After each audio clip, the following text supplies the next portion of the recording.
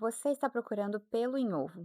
Essa menina deveria estudar mais a Bíblia. É muita falta de inteligência pensar assim. Músicos não precisam de discipulado, basta o pastor pregar a Bíblia. Você deveria ter cuidado ao ler tantos livros, a letra mata. Não acredito que essa música tenha erros. Na verdade, isso é licença poética. Não importa se a música está errada, o importante é que a igreja está cantando. Esses são alguns comentários que eu recebo pelas redes sociais ou mesmo pessoalmente quando eu falo sobre a importância de pensar sobre o que a gente canta na igreja. Mas será que é isso mesmo? Será que realmente eu estou exagerando? Será que na verdade eu estou sendo preciosista? Será que o importante mesmo é a igreja estar envolvida, engajada, cantando, independente do que ela está cantando? Será que a gente não deveria se preocupar tanto assim com a letra das músicas que a gente canta? Será que eu estou procurando pelo em ovo?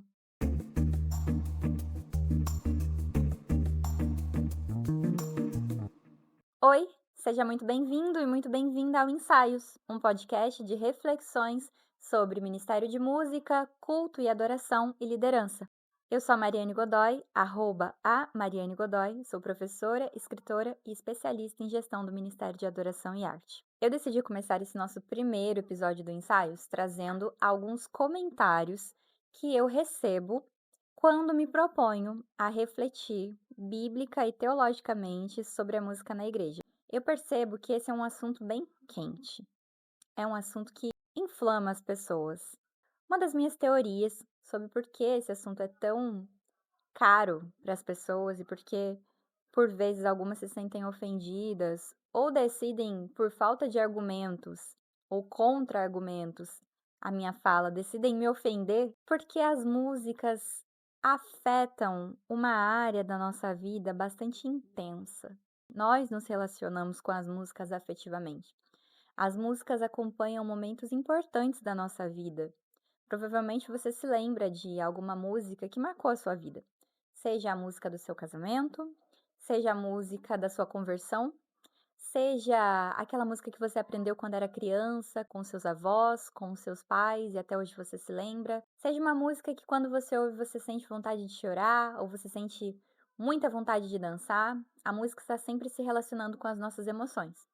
Isso tem desdobramentos, explicações científicas das áreas cerebrais que a música afeta e como essas áreas estão relacionadas aos nossos sistemas de recompensa. Então, a nossa experiência com música é uma experiência afetiva, profundamente emocional e que pode gerar em nós uma sensação de prazer ou mesmo um estranhamento, por vezes um distanciamento, mas fato é que a música sempre afeta em algum nível as nossas emoções, as nossas afeições, as nossas experiências sensoriais, afetivas. A música está sempre presente, a música está sempre lá. E quando a gente pensa em música na igreja, isso sai um pouco ou extrapola o campo simplesmente da função ou da razão e entra num campo subjetivo, num campo metacognitivo, num campo simbólico. E é por isso que as pessoas gostam tanto de música e que se você avaliar, examinar, comentar ou até mesmo criticar alguma das músicas que elas gostam de ouvir, elas podem se sentir ofendidas.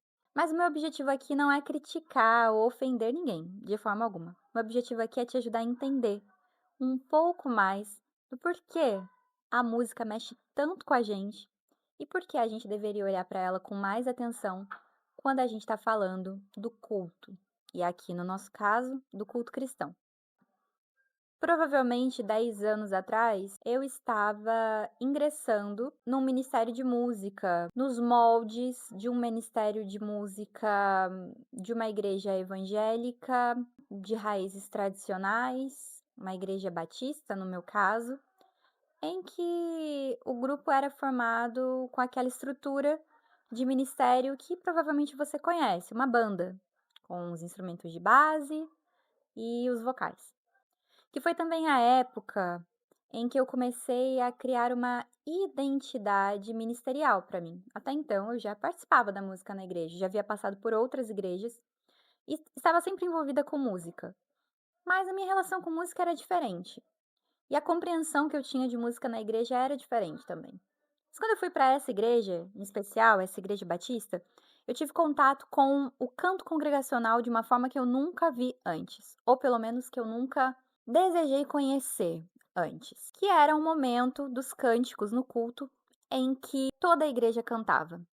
Isso me tocou de uma forma muito profunda e eu creio que de uma forma espiritual. Eu comecei a entender a música na igreja como um espaço em que, em alguma esfera, a gente conseguia apalpar, materializar o próprio corpo de Cristo enquanto igreja.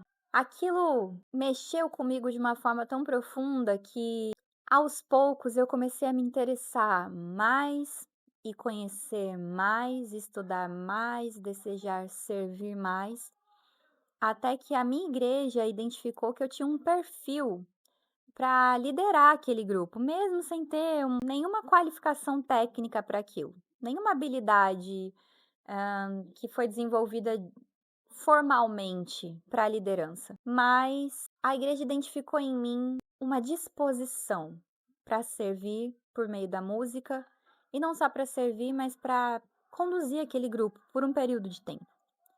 E esse período foi o ano anterior ao meu ingresso num seminário teológico para estudar especificamente a música, me capacitar para então ser habilitada para me tornar uma ministra de música, que é o nome que a gente usa para o líder de música nas igrejas batistas. Mas talvez você conheça essa função, essa figura, como um diretor musical, ou como líder do louvor, como ministro de louvor. Talvez você conheça essas expressões.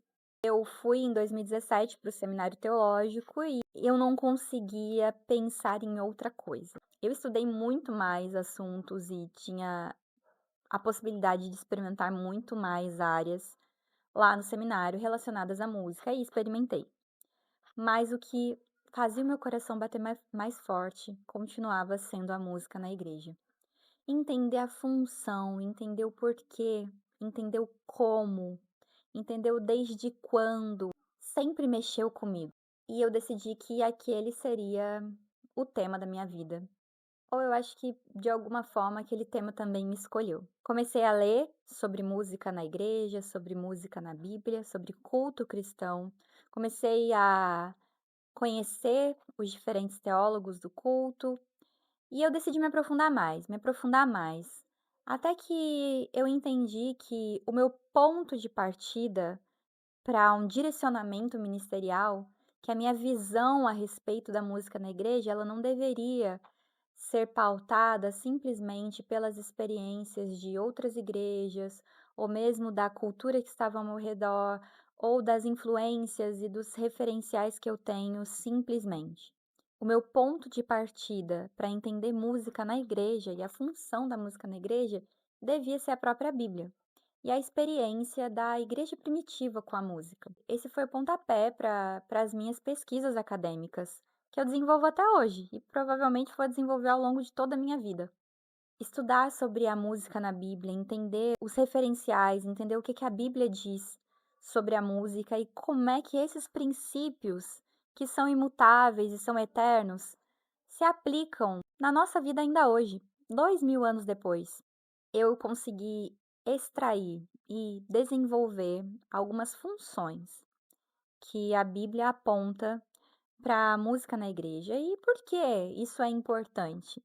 Hoje em dia, a gente percebe que existem alguns padrões para se pensar a música na igreja. Não estou dizendo que eles são 100% errados, mas também nem sempre eles são os ideais, nem sempre eles são os corretos quando a gente pensa do que a Bíblia diz.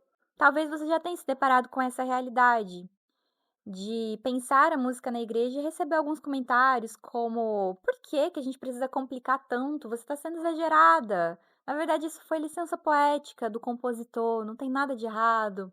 Ou mesmo: "A música é para adorar a Deus". mas a pregação da palavra é para ensinar.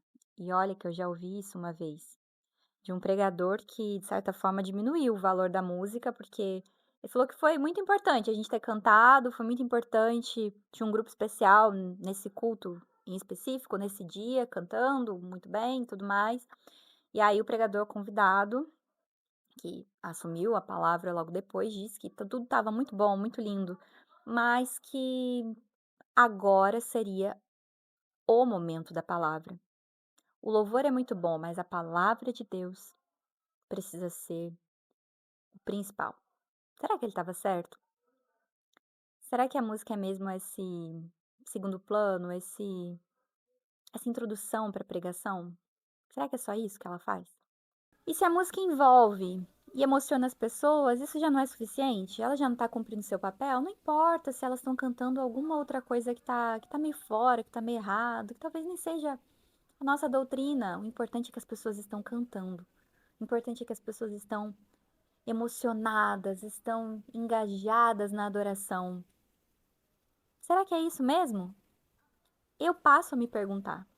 E eu me questiono muito quando eu recebo esse tipo de comentário. Muitas igrejas e líderes, por falta de compreensão sobre a função da música na igreja, escolhem o seu repertório com base na popularidade da música. Então, essa música tá bombando, a gente precisa colocar, é o que tem de maior novidade no universo da música, ou mesmo pela capacidade que a música tem de emocionar as pessoas, de envolver as pessoas. Eu sei que isso tem o seu valor, e eu reconheço esse valor, e acho que a gente não pode menosprezar esse poder da música e essa capacidade de envolver, de emocionar as pessoas. Isso é muito importante, é muito legítimo.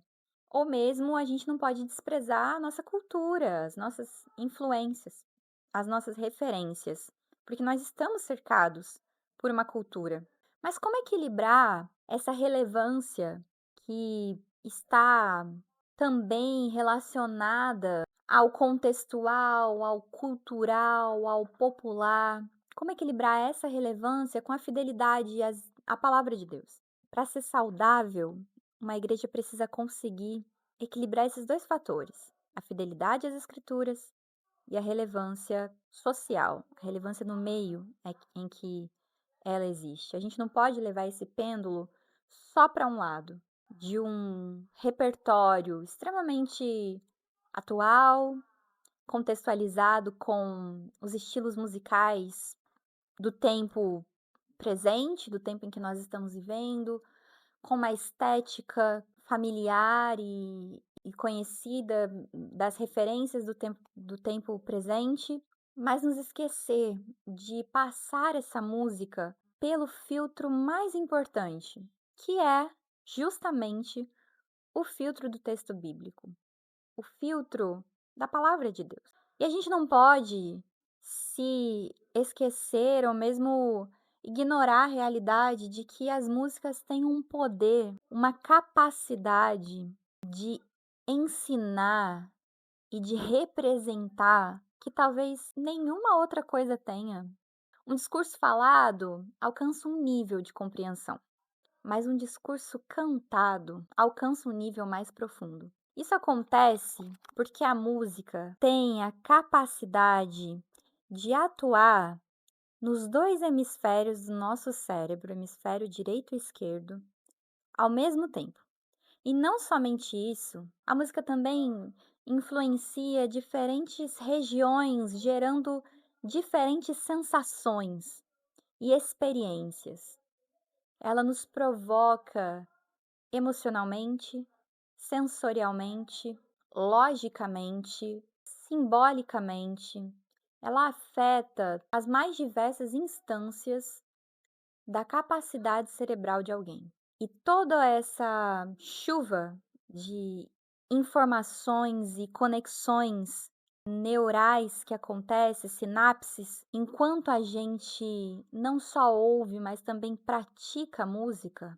Então, enquanto você canta ou mesmo toca um instrumento, tudo isso favorece a capacidade que a gente tem de compreensão daquela experiência musical do discurso musical e quando a gente tem esse discurso acompanhado de uma letra, da mensagem cantada. Por meio da música, a gente aprende mais fácil algum conceito, ensina e reforça os nossos princípios. A gente canta aquilo que a gente acredita e a gente acredita naquilo que a gente canta. A gente ensina por meio do que a gente canta. Você pode não ter consciência disso, mas a sua playlist do seu aplicativo de músicas fala muito sobre os seus valores, fala muito sobre o que você acredita, sobre os seus ideais. Ao longo da história, a gente viu a música acompanhando diferentes povos e diferentes grupos nos seus movimentos, sejam nos seus ritos, nos seus cultos, e quando a gente pensa em movimentos sociais, em eventos históricos, nós vemos artistas se levantando para cantar sobre o que eles acreditam, por vezes em oposição às desigualdades, às repressões que estavam acontecendo no seu tempo. A música sempre foi esse instrumento de propagação e reforço de algum ideal. E quando a gente pensa no que nos define enquanto identidade religiosa, isso não é diferente. A nossa religiosidade, a nossa espiritualidade não está destacada da nossa experiência humana. O que você ouve molda o que você crê. E Deus sabe disso. E Deus inspira o ser humano a se expressar por meio da arte, por meio da música, e a declarar, a declamar, a cantarolar aquilo que ele acredita, aquilo que ele defende. Quando a gente olha para o texto bíblico, para o nascimento da igreja cristã, a gente começa a identificar diversas canções que ensinam sobre aquela fé que também está nascendo e que ensinam valores profundos sobre essa fé e moldam a identidade daquele povo. Colossenses 3,16 diz que a palavra de Deus precisa habitar, morar ricamente, plenamente, abundantemente nos corações, em toda a sabedoria, e que ela deve ser instrumento de ensino, de aconselhamento e de exortação. Mas esse versículo não para por aí. Ele diz que esse ensino, esse aconselhamento e essa exortação devem ser por meio ou com salmos, hinos e cânticos espirituais. A palavra de Cristo habite ricamente em vossos corações com toda a sabedoria. Ensinem e aconselhem uns aos outros com salmos, hinos e cânticos espirituais, com gratidão a Deus nos vossos corações. Paulo, esse grande pastor, esse grande mestre, instrui aos seus discípulos, e que são, em primeiro lugar, discípulos de Jesus, que eles devem cantar para ensinar uns aos outros sobre a palavra de Deus. E isso não é só porque as músicas são legais. Isso é porque as músicas nos ajudam a reforçar a nossa identidade. As músicas nos ensinam. Na igreja, no culto, a música não é simplesmente arte pela arte, a música não é simplesmente uma prática que a gente desenvolve para ganhar tempo, para emocionar. Ela é, em primeiro lugar, um instrumento de ensino, de aconselhamento, de instrução, de exortação. E quando a gente entende isso, pensar sobre o que a gente canta não é exagero. Quando a gente entende isso, pensar sobre o que a gente canta é uma necessidade. Porque a música molda quem nós vamos nos tornar. É por isso que é tão importante a gente pensar sobre música. É por isso que refletir se o que a gente canta coopera com o que a gente diz crer não é encontrar pelo em ovo. Pelo contrário, é fazer um serviço para a igreja. A música que a gente canta, ela deve existir para nos fazer conhecer mais, amar mais e nos tornar mais parecidos com Cristo. E se a música que a gente está cantando na igreja não cumpre essa função, não nos ajuda a conhecer mais, amar mais e nos tornar mais parecidos com Cristo, o que é que nós estamos conhecendo por meio dessas músicas? O que é que nós estamos amando por meio dessas músicas? e com quem nós estamos nos parecendo. Porque você não pode fugir dessa realidade. Se você não está cantando para conhecer mais, amar mais e se tornar mais parecido com Jesus, você está cantando para conhecer, amar e se tornar mais parecido com alguma outra coisa, com alguma outra pessoa. Ou mesmo para simplesmente reforçar os seus próprios comportamentos, os seus próprios padrões e ter você mesmo como régua para a sua experiência espiritual, para a sua experiência cristã. Feita essa grande introdução, eu espero ter te mobilizado para voltar na semana que vem e aprofundar essa discussão, porque no próximo episódio nós vamos entender, a partir das referências bíblicas que eu falei, quais funções a gente aprende sobre a música na Bíblia, especificamente no Novo Testamento, na igreja primitiva, e como é que essas funções que a música exercia lá nos ensinam hoje, em 2025, no Brasil, aqui, eu na minha cidade, você na sua cidade, mas todos nós fazendo parte desse grande corpo de Cristo. E fechando a nossa conversa de hoje, eu quero te fazer dois pedidos. O primeiro é, se você gostou desse episódio do Ensaios, comenta aqui, compartilha com seus amigos, com as suas amigas, com o pessoal da música da sua igreja. Segue esse canal, esse podcast na plataforma em que você está acompanhando, para o YouTube e o Spotify entenderem que esse conteúdo é relevante e entregarem para mais pessoas. E o último convite vem acompanhado de um presente. Me siga lá no Instagram e entra no nosso canal de transmissão. Porque a cada semana, assim que eu liberar um episódio, eu vou liberar lá no canal de transmissão uma devocional baseada no conteúdo do episódio que a gente falou aqui. Aí, além de você refletir, você também vai poder orar sobre isso e pedir para Deus te ajudar a alinhar o seu coração de acordo com a palavra dele. Eu fico por aqui e eu te espero no nosso próximo Ensaios.